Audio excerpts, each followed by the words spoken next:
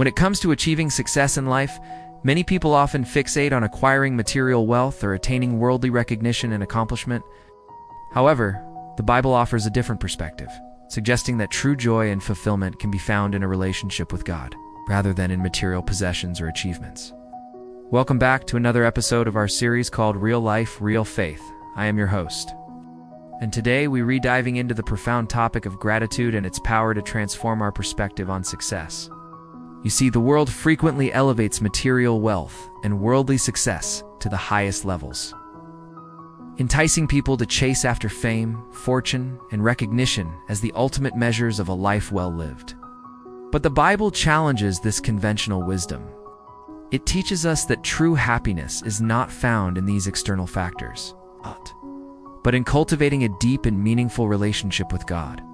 In Matthew 6, verse 24, Jesus says, "No one can serve two masters. For either he will embrace the one and despise the other, or else he will be loyal to the one and betray the other. You cannot serve God and mammon." This verse highlights the conflicting nature of serving God and pursuing material wealth. It suggests that if we wholeheartedly commit ourselves to one, then we must necessarily turn our backs on the other. But why does God want us to choose between faith and wealth? Well, it's because He wants us to understand that true wealth is unmeasured in dollars or material possessions, but in the richness of our relationship with Him. He desires us to find our identity and purpose in Him, rather than in the ever-changing tides of fortune or fame. You see, when we fixate on acquiring material wealth or worldly success, we divert our attention away from what truly matters, our spiritual well-being and our connection with God. We begin to measure our worth based on external factors beyond our control, subjecting ourselves to the whims of fortune and the fickle nature of human opinion. However, when we shift our focus to God, we discover a solid foundation upon which we can build our lives. We learn to find contentment and joy in His presence, knowing that our value and significance are eternally secured in Him, regardless of our circumstances. So how do we cultivate this mindset shift? The answer lies in the transformative power of gratitude.